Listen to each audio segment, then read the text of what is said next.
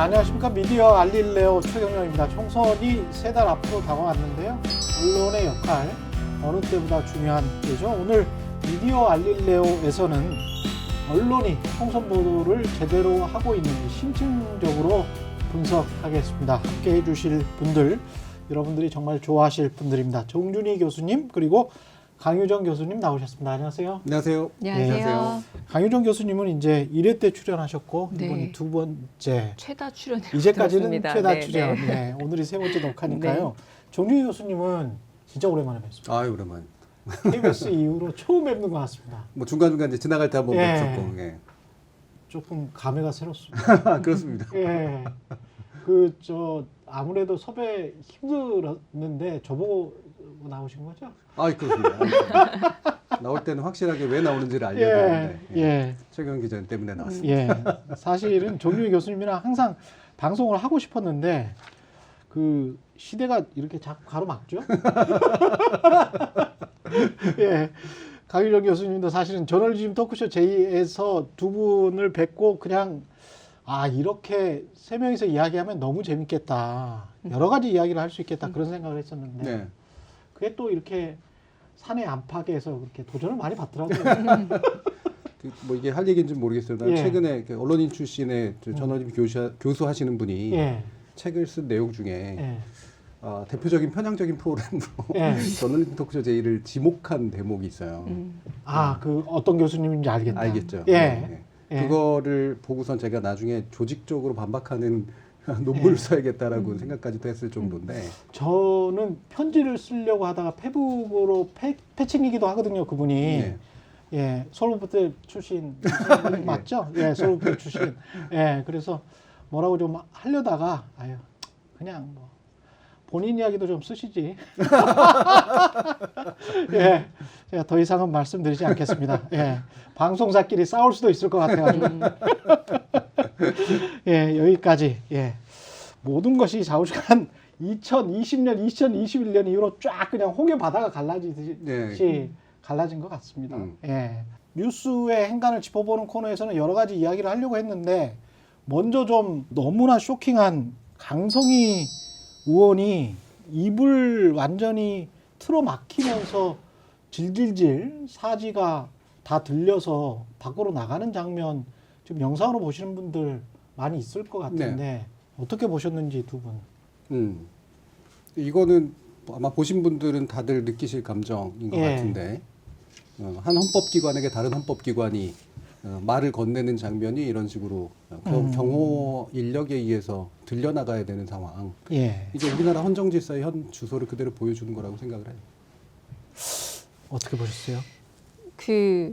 제가 이걸 어떻게 먼저 알았냐면 대통령실 사진 자료를 쭉 보다 보니까 제가 정확하게 플레임을 기억을 못하는데 어제 그 전북에 있는 행사에 대통령이 갔더라고요. 그래서 이런 행사가 있었구나라고 보고 난 다음에 유튜브 들어갔는데 같은 행사장에 다른 사건이 있었다고 굉장히 많은 뉴스 보도들이 올라와 있는 거예요.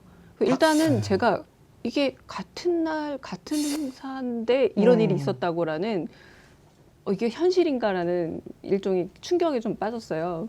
그리고 나서 각각의 이게 영상 자료이기 때문에 그 시청각 매체들이 이 영상을 활용하고 있는 뭐 MBC, SBS, JTBC, 채널A, 뭐 TV조선 이렇게 이 영상들을 일단 다 뉴스 보도로 다루고 있는데 다 다른 겁니다. 제가 정확하게 기억 못하지만 어떤 매체는 전반적으로 음악을 깔아가지고 자막으로 처리를 하고 있는 거죠. 어떤 사건이 있었다. 근데 그렇게 음악을 집어넣게 되면 강성희 의원이 소리를 질렀다고 하는데 고성을 질렀다고 하는데 그 부분이 묻히는 거잖아요. 그런 부분을 묻히면서 음악을 넣는다는 건 사실보도라는 기본적인 원칙이 위배되는데 왜 넣지라는 궁금증. 그리고 어느 쪽에서는 대통령실의 주장과 강성희 의원의 주장이라면서 두 개의 주장이 맞부딪히는, 그러니까 이거는 사실이 아니라 두 개의 주장이 부딪힌다고 내 눈에 보이는 현실이 있는데 주장의 부딪힘처럼 금방 보도를 하더라고요. 그리고 또 어딘가는, 이건 채널A는 확실합니다. 채널A는 이게 웬일로 오늘의 뉴스 탑 1으로 올라 있어서 뭐라고 하나 한번 제가 플레이를 해서 쫙 봤어요. 그랬더니 이렇게 중요한 국가 행사에 국회의원이 국가 행사가 얼마나 중요한지 아는 사람이 와서 난동을 피우면 안 된다라는 훈계조의 얘기들이 꽉 채우는 거예요.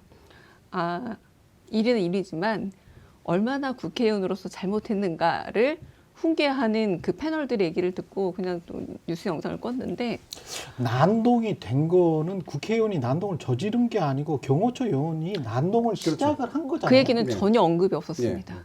그 아주 어지러운 행동은 경호처 요원들이 시작한 거 아닙니까? 네. 예. 이 부분은 일단 아주 낮게만 보면 과잉 경호의 문제를 일단 짚을 수가 있는데 예.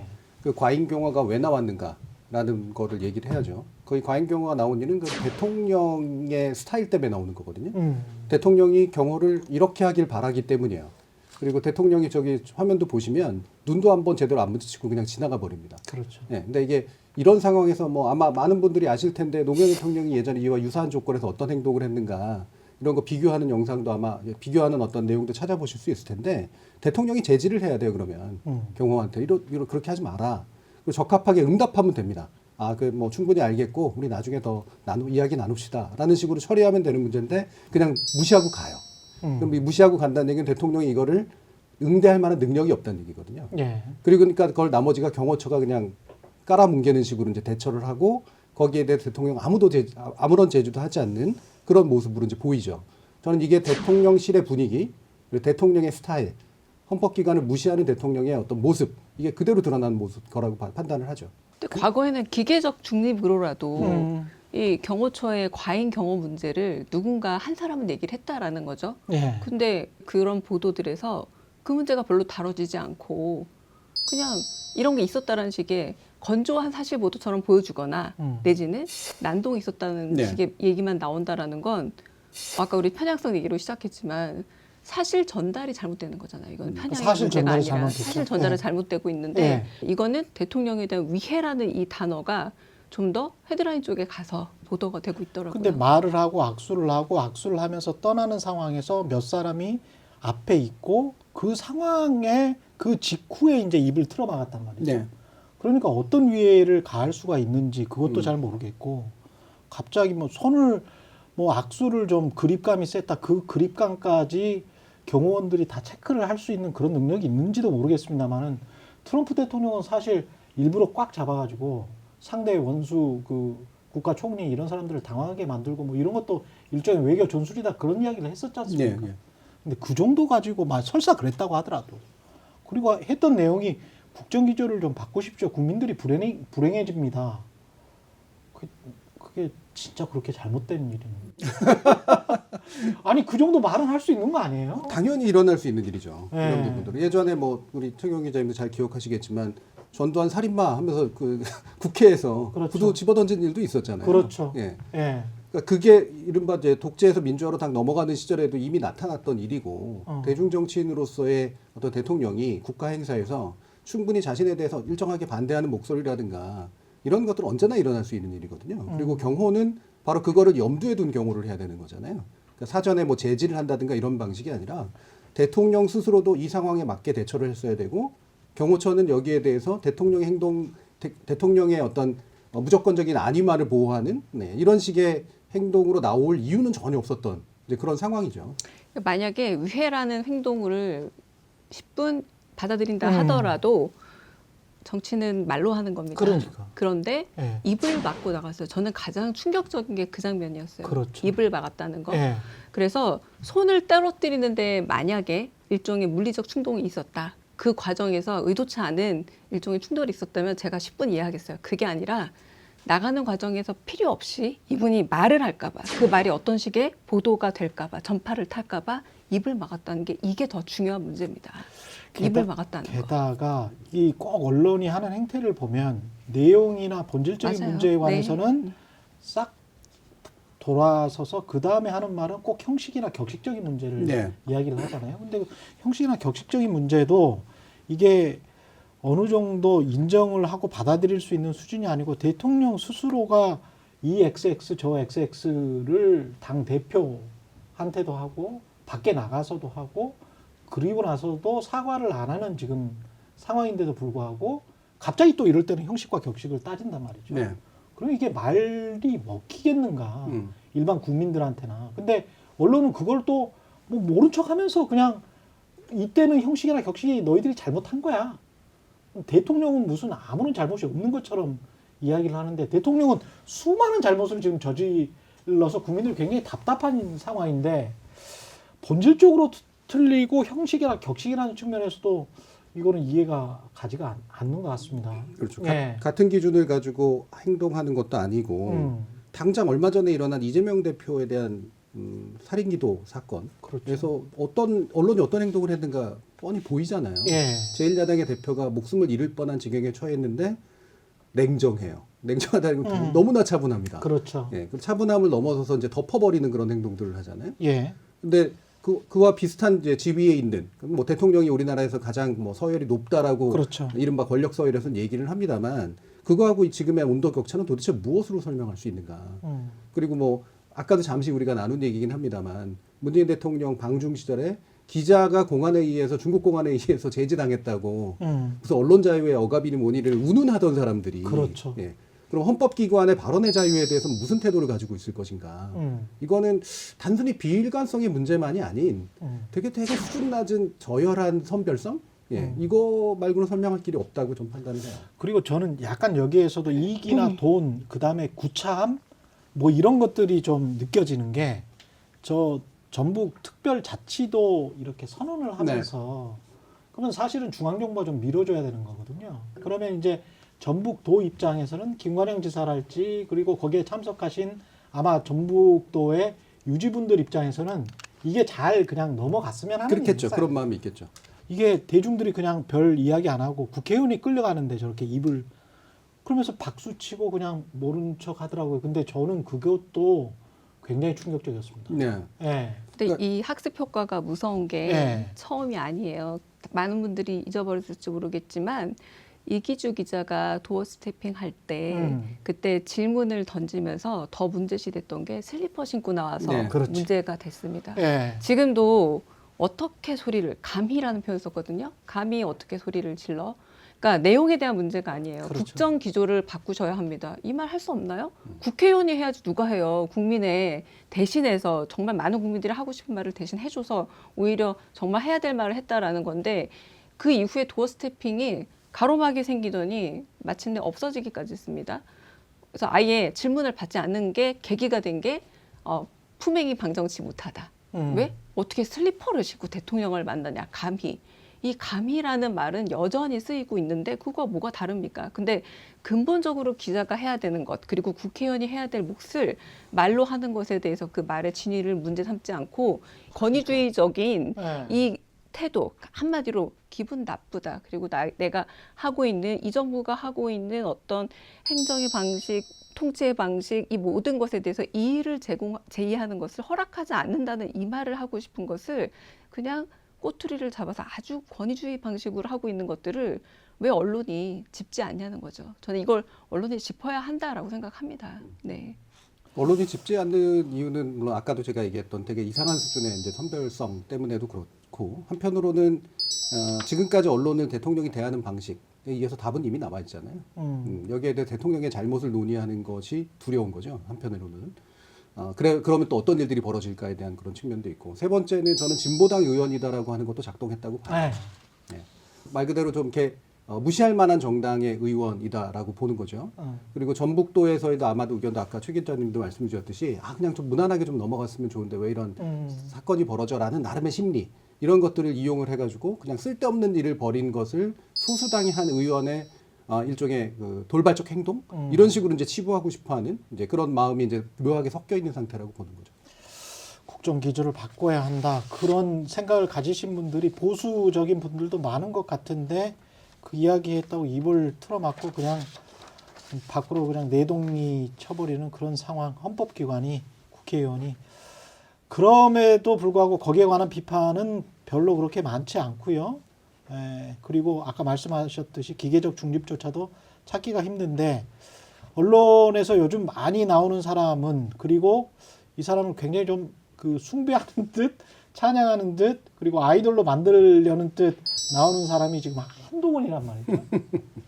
한동훈과 자꾸 X세대, 이 사람이 X세대인 거는 맞죠. 73년생이니까. 생물학적으로는 그렇습니다. 예, 생물학적으로는 그렇고.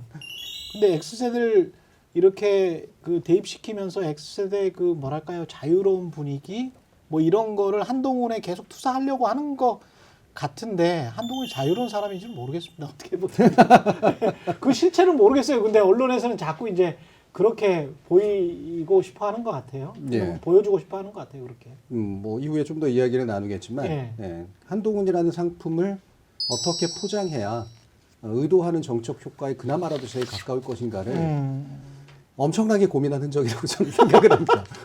요즘 누가 생각하고 시작했을까? 다 그냥 영화 시중으로 그냥 한동훈 73년생 X세대 거기다가 압구정동에 살았잖아. 뭐 이렇게 생각하는 걸까요?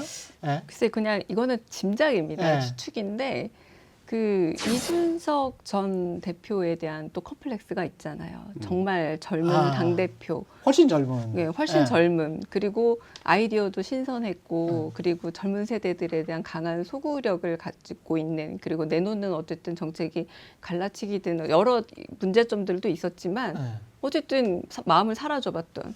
그런데 그 핵심이 일종의 구심점이 이종을 하고 있단 말이에요. 근데 그걸 가져오고 싶은 마음도 있으니까 그렇구나. 젊음의 어떤 이미지를 확보하고 싶은데 그래도 지금까지 다른 비대위원장들보다 젊기도 젊고 그리고 아마 상대적인 민주당 당대표보다 젊다라는 이 상대성을 더 강조하고 싶다 보니 그래 한번 이 용어를 사용해보자. 가장 이 73년이라는 출생 연도에 그래도 근데 저는 이게 패착이라고 봐요. 그래요? 왜냐하면 이 X세대라는 이 용어가 생각보다 아주 단단한 용어입니다. 그러니까 이 세대가 지향하는 가치라는 것이 분명히 있고 예. 특히 정준희 교수님도 요 세대이고 저도 이 저도. 세대이고 우리 최 기자님도 이고 X세대 싫어할지 예. 모르겠는데 네. 예. 그러니까 다들 586 아니에요. 그런데 지금 이 X세대들 공통점이 뭐냐면 네. 굳이 내 입으로 X세대 소리 잘 안 해요. 그렇죠. 네. 안 하고 네. 그리고 X세대들이 이걸 스스로 X세대라고 말하는 순간 소위 말하는 셀아웃 했다고 생각합니다. 팔아먹는다고 생각하는 거죠. 상품화된 X세대를 더 이상 X세대로 껴주지 않습니다. 그런 정서 안에서 이거를 내놓기 시작하는 것 자체가 첫 번째 X세대 아닌 사람들에게 이걸 호소하고 있구나라는 걸 들킨 셈이기도 하고요. 그리고 무엇보다 문제는 이런 것을 계속 잘못 사용하고 있다는 걸 무엇보다 들키고 있다. 여러 맥락에서 들키고 있다는 게 좀 문제 아닌가 싶습니다. 586이랑 대립되는 개념으로 X세대를 해놓고 그동안에 한 10여 년 동안 특히 중앙일보가 그런 거를 많이 했었던 것 같은데 586이 빨리 퇴장돼야 이 나라가 발전한다. 뭐 그런 프레임 안에서 작동하는 X세대의 한동훈 이런 논리인 것 같기도 하고요. 예, 예. 그렇죠.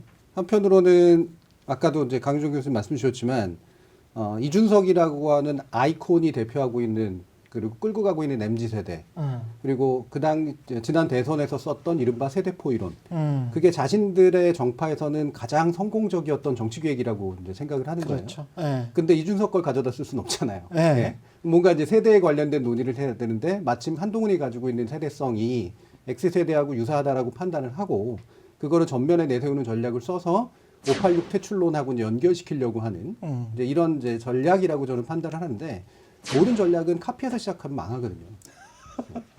예. 연상 효과라고 하는 예. 것들은 당연히 같기 때문이고요. 예. 그리고 아까 강일종 교수님도 말씀 주셨지만 X세대를 설득하기 위한 전략은 분명히 아니에요. 예, 누군가를 축출하기 위해서 쓰는 이제 그런 전략일 뿐인 거죠. 그렇군요. X세대의 특성과 한동훈의 특성이 근데 일치하는 게 있습니까? 제가 아는 X세대는 아마 한국 최초의 개인주의, 진정한 의미의 개인주의, 자유주의자들이 이때부터 나오기 시작한 거 아닌가. 70년대생들부터 그런 생각이 드는데요. 그러니까 예. 지금 한동훈이 했던 어떤 조직 문화, 검사의 문화 이런 거는 개인주의나 자유주의하고는 상당히 거리가 멀거든요. 예. X세대 최대 혜택이 엔터테인먼트 업계예요. 네. 맞아요. 지금 예. SM 엔터테인먼트, JYP 이렇게 그들이 활동하고 있는 영역이 이렇게 성장할 수 있었던 것은 그들이 소위 말해서 X세대로 대학을 다닐 때 일종의 사회과학이라던가 혹은 정치 참여의 문제보다는 대중음악이라던가 영화라던가 뭐 봉준호 혹은 뭐 박찬호 이런 세대들 그 이후에 영화라던가 이런 대중문화에 훨씬 더 매력을 느끼고 영화로 영화를 부수는 것도 이게 바로 사회운동일 수 있다.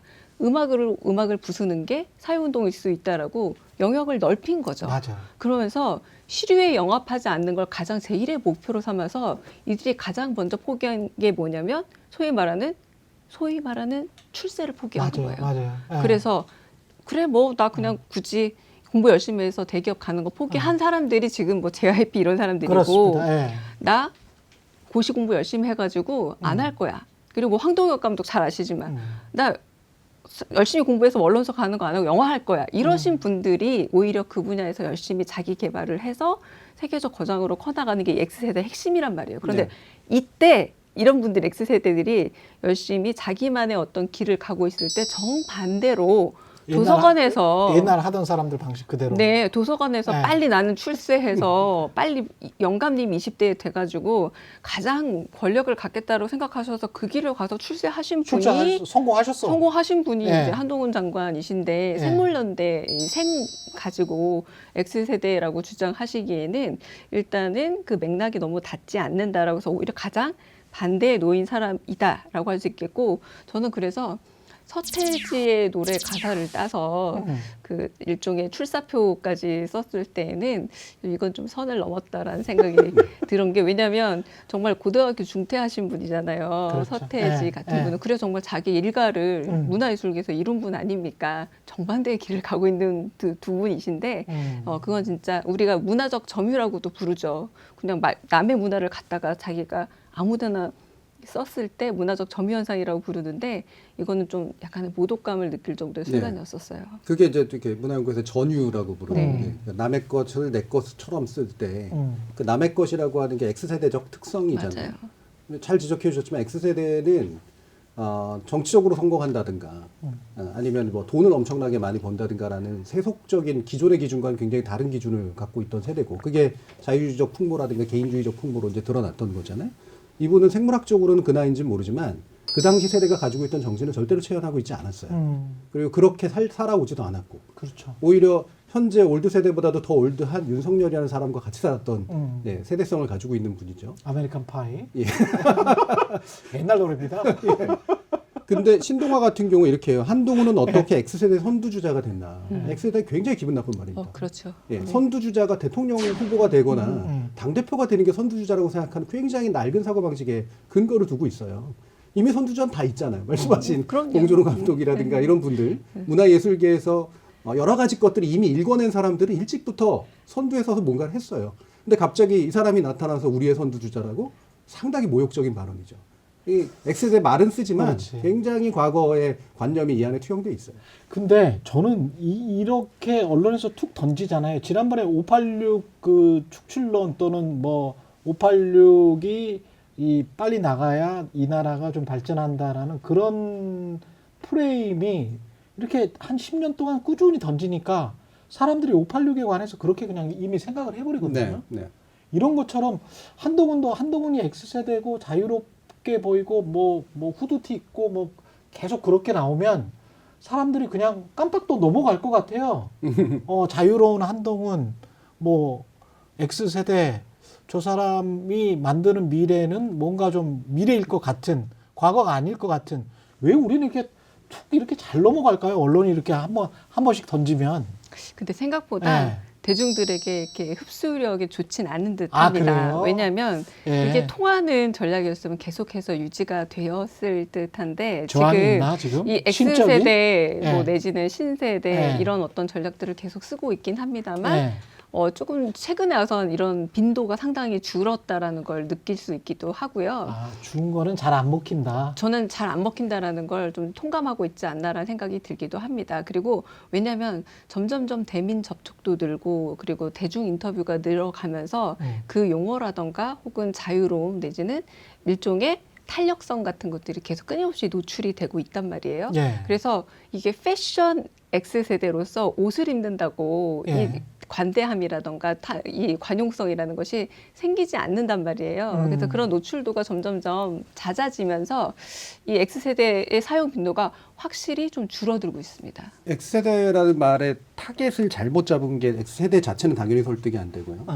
좀 더 젊거나 나이 드신 분들이 이제 이로부터 뭔가 영향을 받은 바는 있을 수도 있을 것 같아요.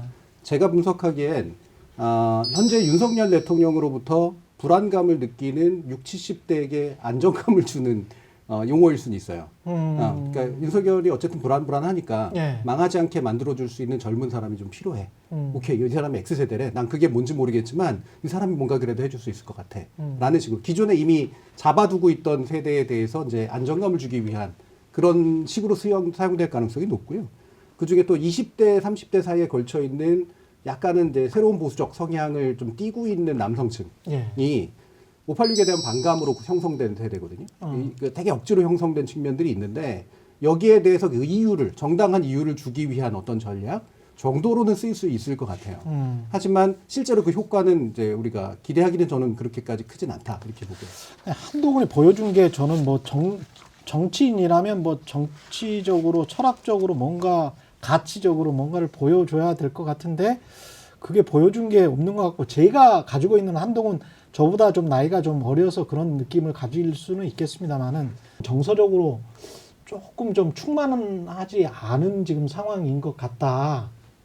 지적으로는 어떤지는 잘 모르겠지만 그런 느낌이 자꾸 들어요. 하는 말들이 우리가 보면 정반합의 어떤 일치된 뭔가를 좀 창조하고 만들어내려고 하는 그래서 뭔가를 이루어서 함께 행복하게 같이 살려고 하는 그런 마음이 아니고 뭔가를 깨부수는 되게 파괴적인 언행들을 많이 보여서 한동훈 비대위원장의 어휘들을 제가 좀 살펴봤을 때 예. 인상적이었던 거. 예. 그러니까 X세대는 주변에서 만들어주려고 했던 새로움의 이미지인데 이건 좀 실패한 것이라고 보자면 그래도 여전히 유효한 건 원래 한동훈 위원장이 가장 유명한 별명이 뭐였어요? 조선 제일검이었어요.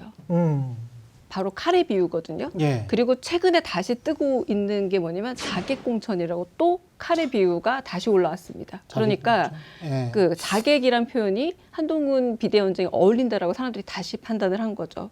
그리고 최근 또 화제가 됐던 게 뭐냐면 법으로 그리고 펜으로 칼로라는 표현에 망상이냐라고 그렇죠, 이런 그렇죠. 대답을 받아치는 예. 그리고 총선용 악법, 총선용 음모론이라고 해서 계속 받아치는 것들. 다시 말해서 뭐냐면 한동훈 위원장의 말버릇은 부정어입니다.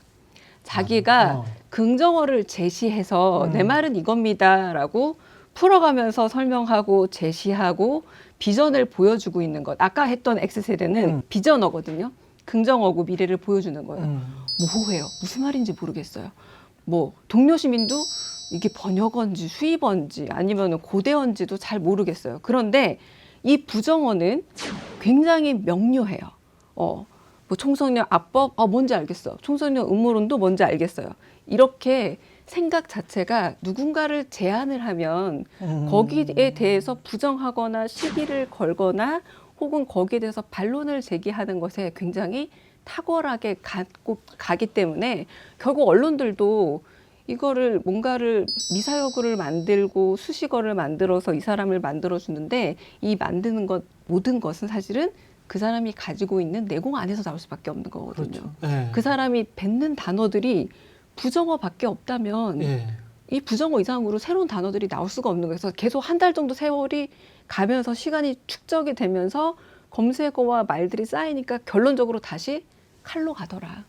검으로 가더라. 부정으로 가더라라는 생각이 듭니다. 애초에 윤석열 대통령이 그 나름의 대안으로 선택받았던 중요한 이유는 어떤 이유로든 갖게 된 전 정부에 대한 문정부에 대한 복수심이랄까 뭐 이런 부분들 불만 이런 것들을 명쾌하게 해결해 줄 것이다라고 하는 거 플러스 알파로 뭐 그러다 보면 또 나머지도 잘하겠지 정도의 기대로 구성됐던 분들이에요. 그거를 2인자로서 뒷받침한 한동훈 전 장관, 지금의 비대위원장에 대한 기대는 사실 구체적이지 않았다고 봅니다. 비슷한 그룹이었던 거죠. 그러니까 비슷한 그룹의 2인자 정도의 어떤 지위에서 뭔가를 대체할 만한 지위로 이제 상승시켜야 되니까 이 사람이 원래 갖고 있지 못한 걸 자꾸 불어 넣어줘야 되는 거예요.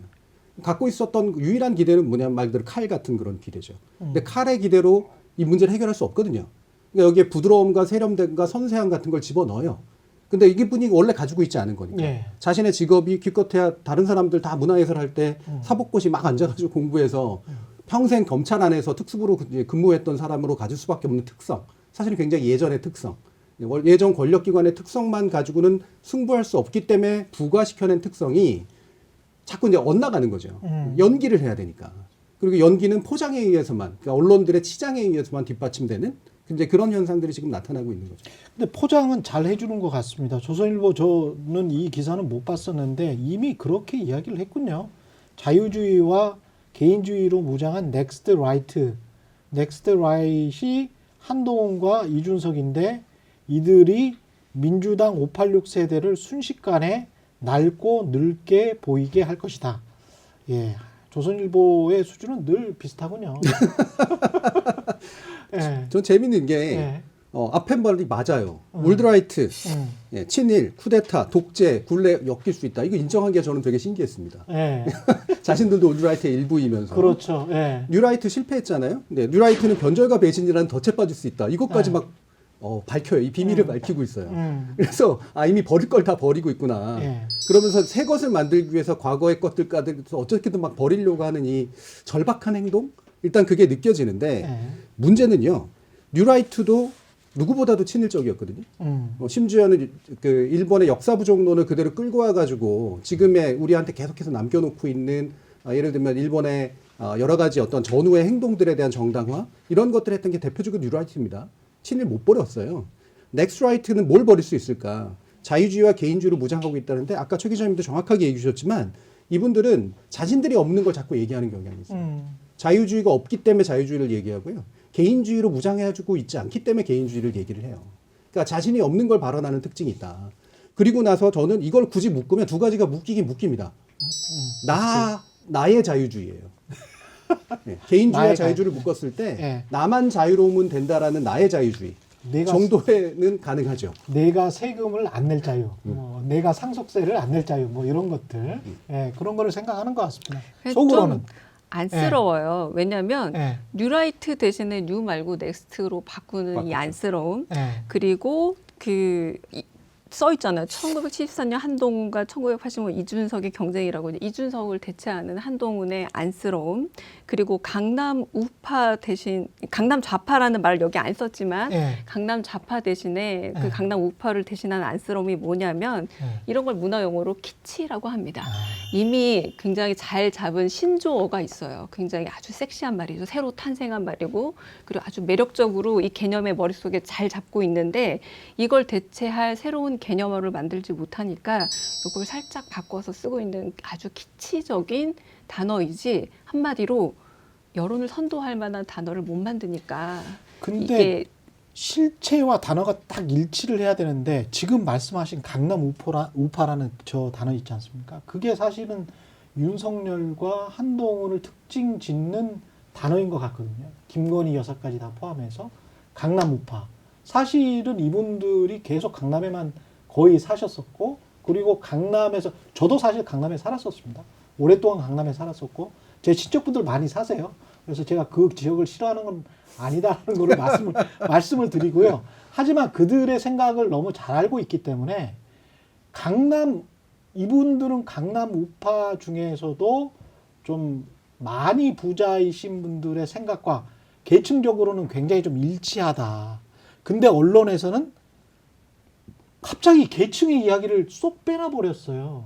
문재인 정부 때나 노무현 정부 때 보면 강남에 뭐 청와대에 한두 사람만 살아도 난리가 났었거든. 거기에 집 있으면. 그렇죠. 네. 근데 이 계층 이야기를 안 해. 갑자기. 너무 계층적으로 일치하는 사람들인데. 그거는 이거를 숨겨주고 싶은.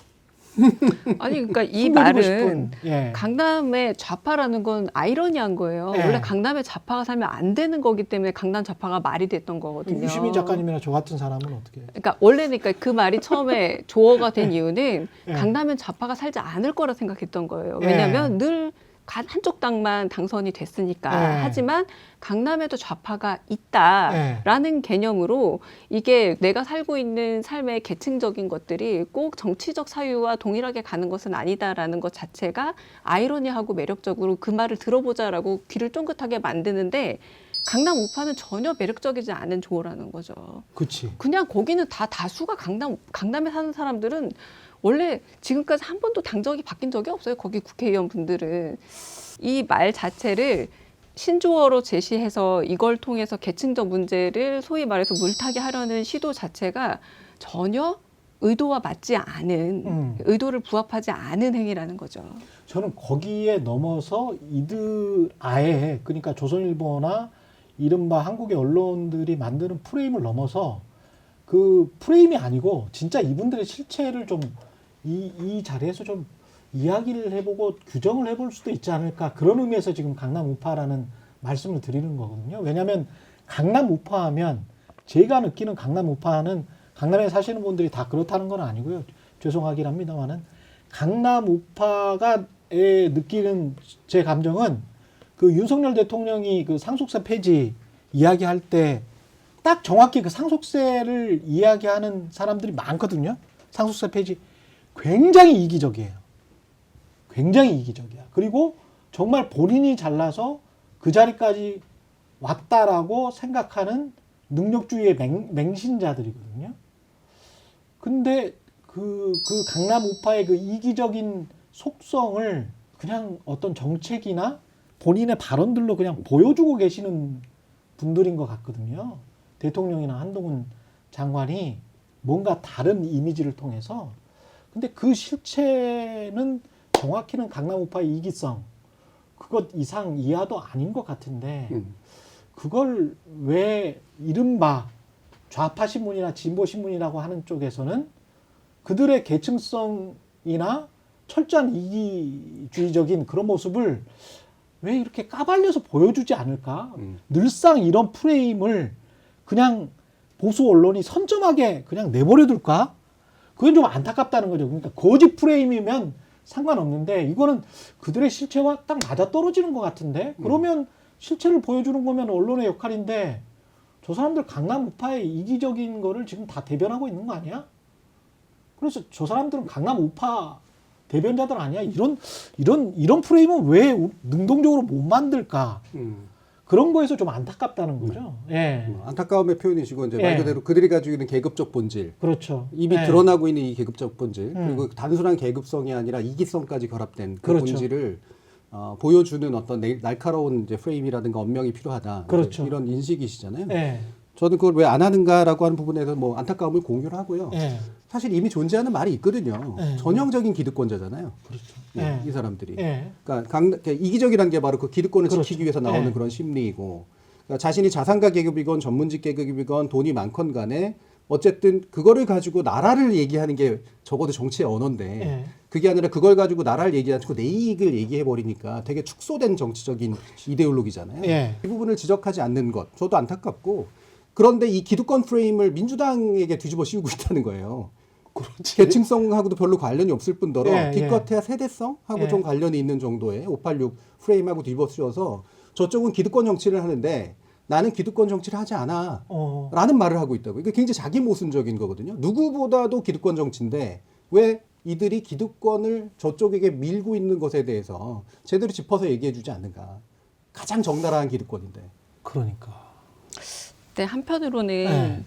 지금 제가 이제 100분 토론에서 되게 재밌게 봤던 여론조사가 조선일보를 비롯한 이런 소위 레거시 미디어, 종이신문을 보시는 게 세대론적으로 더 나뉘더라고요. 그러니까 지역별보다도. 그래서 이제 강남 우파라고 부르는 굉장히 기득권을 지키기 위해서 일종의 계층적인 자신의 이익을 위해서 그 소위 말하는 보수적 정권을 지지하는 층은 서울에서 오히려 소수예요. 수도권에서는 아예 소수인데 그렇지. 지금 이 전체 투표의 구조로 보자면 오히려 연령별 혹은 그 과거의 전통적인 지역별로 있어서의 보수층의 어떤 영당권이라던가 연령별에 훨씬 더 넓게 포진되어 있어서 보수지가 보고 있는데 그렇겠습니다. 그분들이 사실 당신의 경제적 이익과 상관이 없는 586 그 정치 기득권에는 분노하고 경제적인 강남 우파의 기득권에는 관대하다는 것. 이게 더 문제인 거죠. 그러니까 이 시그널에 대해서 정확하게 분노를 해야 될 부분에 대해서 분노하지 않고 그렇죠. 그러니까 그게 더 문제인 거예요. 제가 보기에는 언제나 저는 사람들이 이기적으로 가는 것은 비난할 수 없다고 생각합니다. 그렇죠. 네. 언제나 그랬으니까. 그래서 이 소수의 강단 기득권들 층을 되돌리는 건 전 불가능하다고 생각하는데 왜 나의 기득권이나 나의 이익과 관계가 없는 세대적으로 넓게 포진되어 있는 이 종이신문을 소비하시는 분들이 이렇게 가고 있는가. 만약에 그렇다면 저는 진보 언론에서 이분들에 대해서 설득할 수 있다면 만약에 그들에게 가슴에 꽂히는 그런 문장 혹은 그런 어휘 그런 어떤 프로파간다를 만들어내야 된다라고 생각하지 저는 강단 기득권은 솔직히 안 움직일 것 같습니다. 네네. 그런 의미에서는 뭔가 일하는 사람들을 위한 뭐 정치, 정당, 그러니까 불로소득과는 뭔가 차별화되는 그런 언어가 나와줘야 그리고 그런 언어를 계속 좀 강조를 하지 않으면 이게 좀 합치어지기가 그런 특히 결국 언론 때문입니까? 사람들이 이런 생각을 계속 그렇게 오랫동안 가지고 있어 온 게? 뭐 언론의 영향도 있겠지만 저는 예. 이건 문화적으로 좀 분석을 해볼 필요가 있는 거라고 이제 보는데요. 강종 교수님 말씀하시는 윗세대 그리고 뭐 기득권 그 계층들은 당연히 그걸 공격하건 또는 뭐 더 잘 포장해주건 사실은 그다지 움직이지 않는 그런 투표층이죠. 그래서 그 자체가 일단은 뭐 논의의 핵심은 물론 당연히 아니고요. 중요한 거는 계층 배반적 투표를 하고 있는 사람들이거든요. 그들이 왜 예를 들면 강남 우파라는 말에 움찔하지 않고 나를 배제한 이 말에 움찔하지 않고 마치 끌려가는 것처럼 모습을 보이는가. 그리고 젊은 세대들이 미래가 차단당한 젊은 세대들 중에 일부가 이 강남 우파라는 말에만 내가 완전히 그러니까 예를 들면 예전에로 치면은 내 그 어떤 가능성 같은 것들이 완전히 사라진 그런 세대가 갖는 그런 절망감이 있었는데 왜 자기하고 되게 먼 존재들을 가지고 이렇게 강조하는 것에 대해서 반발하지 않는가. 뭐 이 부분에 이제 주목을 하는 게 맞겠죠. 근데 최근에 나타나고 있는 현상 중에 하나는 예전에 계급 배반 투표도 그랬지만 자기는 부자가 아니지만 언젠가는 부자가 될 수 있는 존재라고 생각하기 때문에. 그렇죠, 그렇죠. 그러니까 미국 노동자들이 공화당에 투표했던 이유가 이제 이런 거잖아요. 또 한 가지 요즘의 젊은 세대들은 어떤 거냐면 나는 지금 당장 굉장히 이 생에서는 뭐 이제 시궁창이지만 포기. 갓생을 꿈꾸는 그런 이제 사람으로서 간물주 같은 그런 표현들을 쓴단 말이에요. 이들은 자신이 노동해서 근로해서 내 어떤 노동소득이나 이런 것들을 토대로 해서 내 자신의 계층성을 상승시켜 나가거나 꿈을 실현하는 데 관심을 두기보다는 너무 격차가 져버리니까 어느 한 방에 갑자기 자기도 자산가 계층이 됐으면 좋겠는 그런 약간 자포자기적 심리 같은 것들이 있어요. 그렇죠. 그래서 부자들을 미워하지 않고 부자들을 부러워합니다. 나도 한번 그러니까 건물을 가지고 있는 사람들의 행태에 분노하지 않고 나도 건물을 갖고 싶어 해요.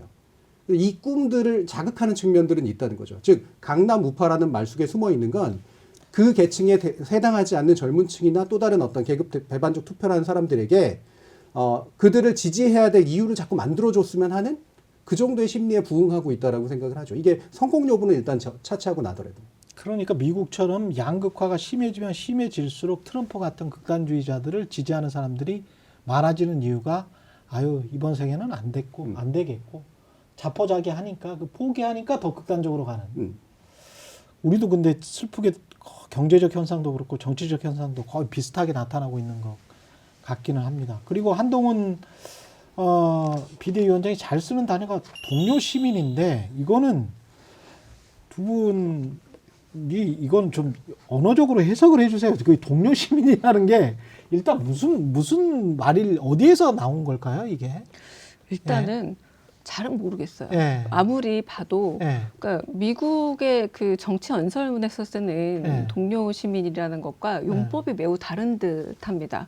예. 왜 미국이야 워낙 주마다 법도 다르고 그리고 워낙 다양한 인종들이 있고 그러니까 약간의 평등한 개념에서 쓰기도 하고 그래서 요거를 비틀어서 트럼프 같은 경우는 펠로우 아메리칸이라고 쓰더라고요. 그러니까 미국인들만 예. 이런 식으로 거기서는 이해가 가는데 그러네. 공격할 때는 너 미국인 아니야 이렇게 공격하기 그렇게 때문에 할 때는 예. 이해가 가는데 예. 이 동료 시민이라는 말을 우리 문화 안에서 존경하는 국민 여러분이라고 우리가 일종의 상투적으로 쓰던 말 대신에 아주 새로운 신개념으로 가져온 것 같지만 저는 이것이야말로 한동훈표 정치가 무엇인지를 선명하게 설명하지 못하는 하나의 증례라고 봅니다. 잘 모르겠습니다. 네. 네. 제가 이제 해시TV 제 채널에서 이제 한번 이 부분을 집중적으로 얘기한 적이 있었는데 예. 결론적으로 말씀드리면 멋있고 싶어서 멋져 보이니까 가져온 거예요.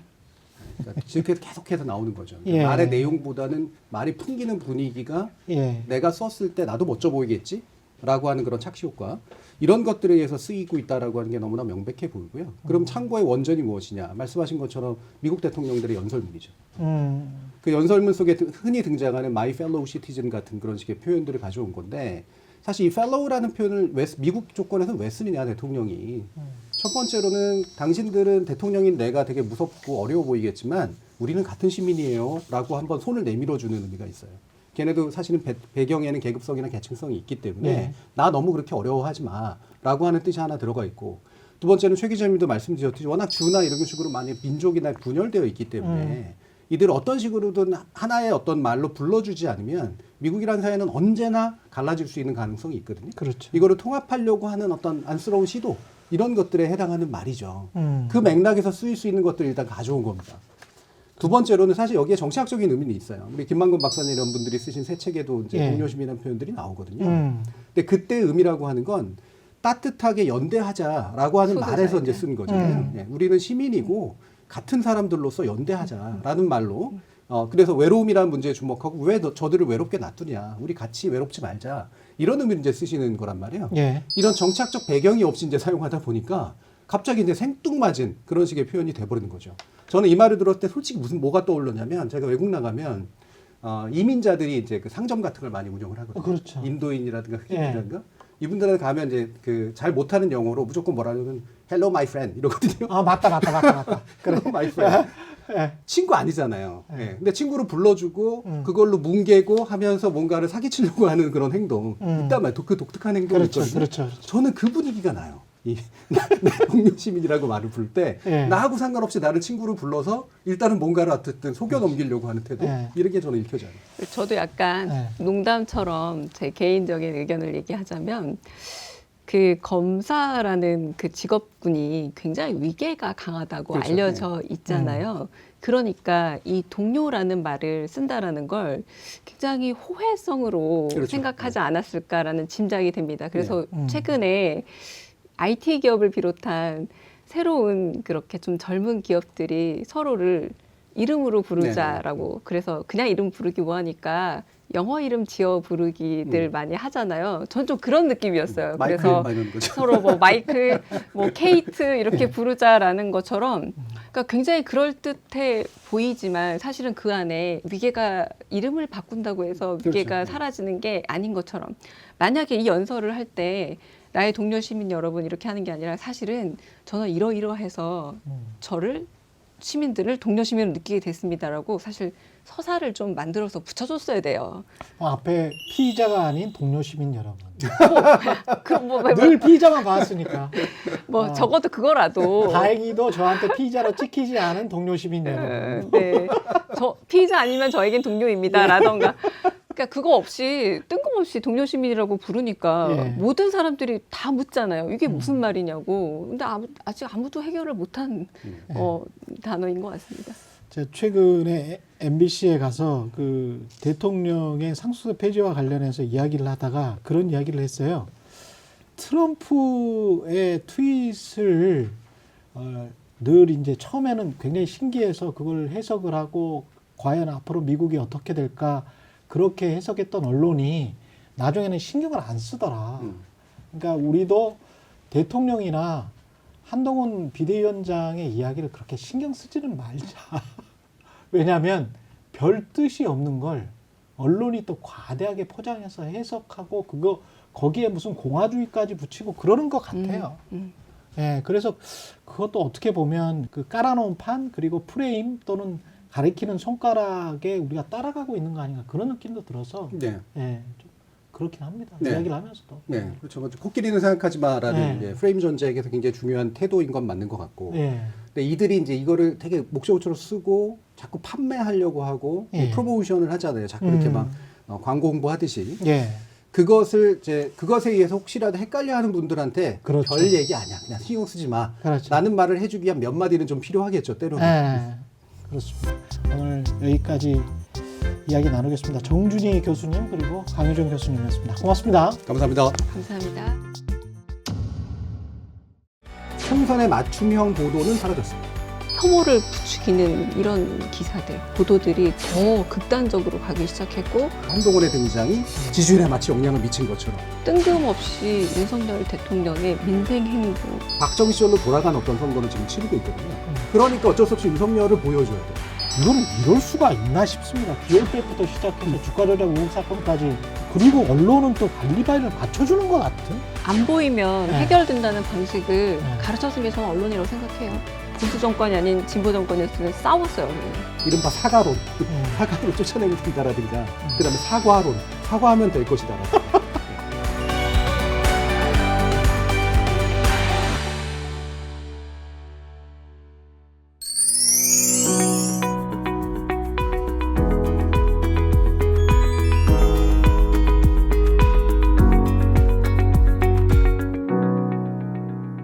내가 말하는 시민이라는 것은 어쨌든 자기와 세계의 관계를 이해하는 사람입니다. 자기와 정치, 자기와 세계, 자기와 정치, 자기와 권력의 관계를 이해하고 적어도 자기의 몫을 주장할 줄도 알고 또는 자기의 몫을 넘어서 정치와 세계, 내 이웃과 정치 이런 것을 일반화해서 어떤 정치적 사고와 행동을 하는 사람이라야 이게 행동을 하는 사람이 시민이고 그 시민 없이는 민주주의가 성립이 되지 않는다는 것이죠.